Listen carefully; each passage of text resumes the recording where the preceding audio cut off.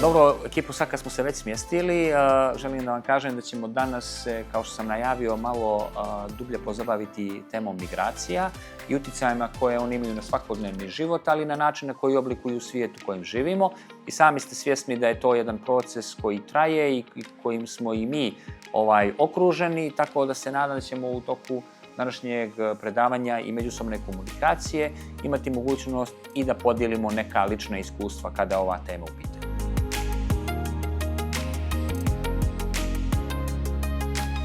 Emina, htio bih tebe u stvari da pitam najprije da li ti imaš neki primjer migracije u okviru svoje porodice, tačnije da li neki član tvoje porodice napustio državu ili grad u kojem je rođen iz različitih razloga i volio bih možda da mi navedeš koji su to razlozi. U mojoj porodici svi smo se preselili u Njemačku, prvenstveno zbog bolje poslovne prilike koje je moj tata dobio i da mi djece imamo bolje mogućnosti za školovanje i da naučimo njemački jezik. Iako nije bilo lako promijeniti mjesto stanovanja, vjerujem da je to bila dobra odluka za našu budućnost. Dakle, upravo na ovom primjeru smo mogli čuti i vidjeti da migracije apsolutno nisu ništa novo i izuzetno. Također možemo vidjeti i da imamo te neke lične ili porodične veze sa migracijama ovdje. I Emina nam je u stvari navela koji su to glavni razlozi za migracije njene porodice, ali moramo znati da su ljudi na Balkanu, dakle, kroz cjelokupnu istoriju Balkanskog poluostrva dolazili, odlazili, nekada su čak morali iz različitih razloga da bježe i da počinju iznova, ali evo kod Emine čak i vidimo jedan pozitivan primjer kako je to u njenom slučaju imalo i na nju lično pozitivne efekte. Sada, da bi naravno u istorijskom kontekstu razumjeli migracije, ja sam za vas danas opredijelio 3 primjera, tačnije 3 izvora koja će nam objasniti u različitim europskim epohama kako su migracije utjecale na Balkansko poluostrvo. Prvi izvor, ili tačnije prvi primjer koji sam izabrao za danas jeste onaj vezan za Osmansko carstvo, tako da sam ovdje čak i napravio kombinaciju 2 izvora. Prvi izvor nam govori o prisilnom naseljavanju Balkana stanovništvom iz Male Azije za vrijeme Osmanskog carstva, a drugi nam govori o ponovnom naseljavanju Konstantinopolja, tačnije Istanbula, kako je dobio naziv nakon 453. godine za vrijeme vladavine Mehmeda II. Suštinski, kako su ovi izvori poprilično dugi, ja sam ih negdje sublimirao za vas i volio bih samo, Vasilije, da se ti možda fokusiraš na ovaj dio da bi i mogao dati odgovor i objasniti možda ostalim učenicima što je tvoje mišljenje po ovom pitanju. Ono što treba navesti jeste da su osmanske vlasti nakon osvajanja određenih teritorija počele da premještaju svoje stanovništvo. Naprimjer, nakon osvajanja Carigrada 1453. godine, sultan Mehmed II. On je suštinski, mogu reći, naredio da trgovci iz Anatlije, iz osvojenih oblasti se premjeste u njegovu novu prijestolnicu, dakle u njegov novi glavni grad. Također, i još prije toga, neđe krajem 14. vijeka, oni su uveli, pričamo o Osmanlijama, jednu praksu koju su oni zvali surgun, a ona suštinski je podrazumijevala prisilno naseljavanje Balkanskog poluostrva. Sad, Vaske, pošto sam tebi rekao da obratiš malo pažnju na ovo što sam konkretno rekao, volio bih samo da ti postavim 2 pitanja. Najprije, želio bih da te pitam šta misliš, zašto je vlast u ovom slučaju premještala ljude?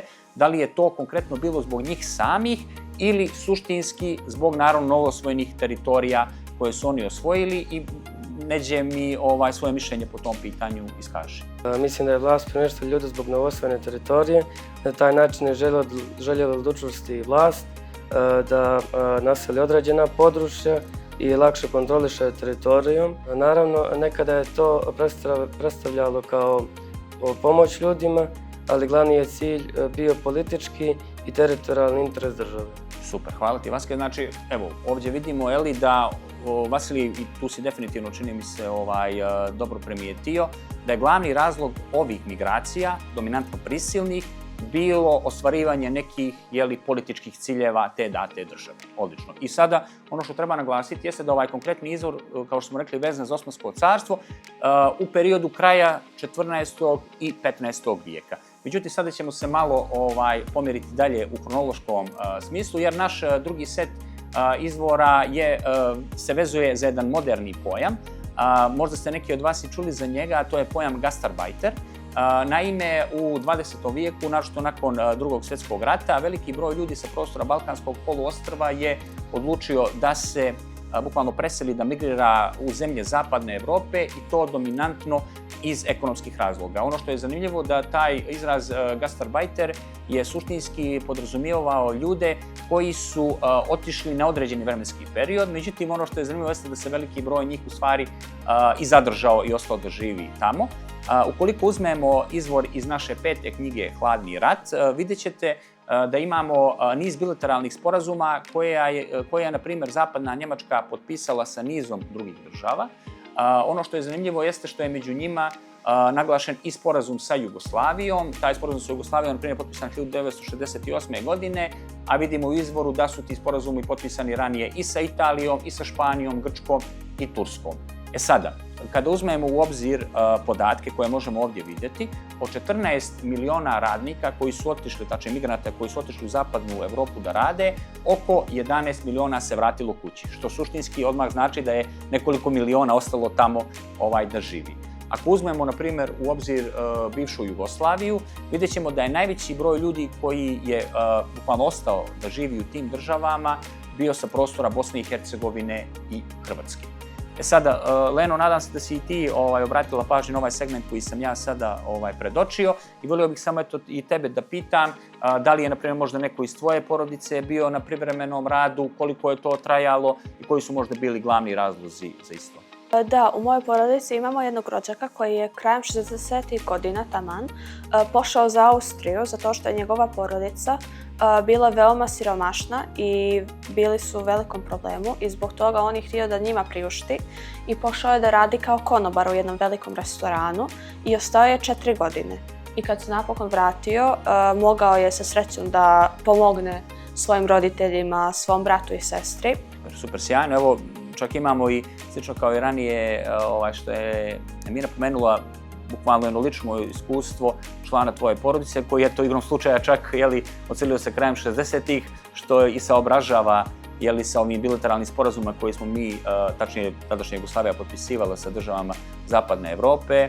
Kao treći izvor sam također želio da iskoristim jedan primjer sa kojim se vi možete na određen način povezati, a to je primjer modernih migracija. S time što u ovom slučaju, kao što možete vidjeti, izabrao sam jedan grafit i mislim da je možda vama i kao istorijski izvor grafit možda malo lako prijemčiviji. Ovo je jedan grafit u stvari koji je nastao u Grčkoj i koji suštinski, kada vidite, kada ga tačnije pročitamo u prevodu, kaže sljedeće: đedovi su nam bili izbjeglice, roditelji migranti, a mi smo rasisti. Suštinski ovaj grafit je snimljen krajem 90. godina prošlog vijeka i on osuđuje rasizam prema migrantima, a koji je bio naravno u vezi sa jednim dužim, da kažem, procesom na području Grčke, ali mogao bi ja ovo čak i primijeniti na prostor cjelokupnog Balkanskog poluostrva.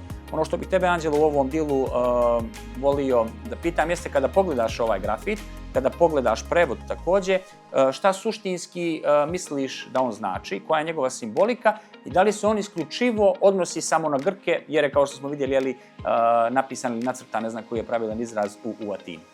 Pa ja ovaj grafit razumijem kao kritiku rasizma i licemjerja ljudi prema migrantima. Također su nekada preci Grka bili migranti i izbjeglice, dok oni sada osuđuju ljude koji prolaze kroz to isto. Po mom mišljenju ovaj grafit treba da predstavlja da ljudi ne trebaju da zaborave svoju prošlost i da trebaju da imaju više razumijevanja i saosjećanja prema migrantima.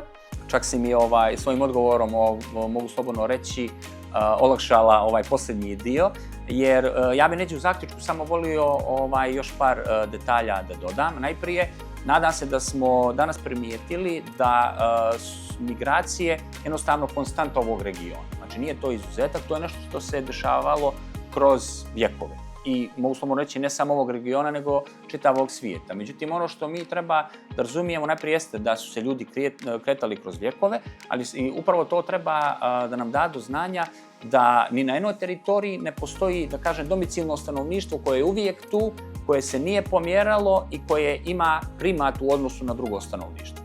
Dakle, svi smo mi u jednom određenom trenutku našeg života, ako ne mi, onda naši preci negdje migrirali, pomjerali se iz kojih je to razloga bilo, da li kao ranije, kao što smo spomenjali iz vaših ličnih primjera, dominantno nekih ekonomskih razloga ili su bili politički, da li su neki ljudi bili nekada i prinuđeni možda čak i da bježe i da napuste mjesto svog boravka, ali činjenica je, ponavljam još jednom, da su migracije nešto što se oduvijek dešavalo, ali da se dešavaju i danas i da mi kao odgovorni građani naravno moramo da razumijemo njihov utjecaj na društvo u kojem mi danas živimo.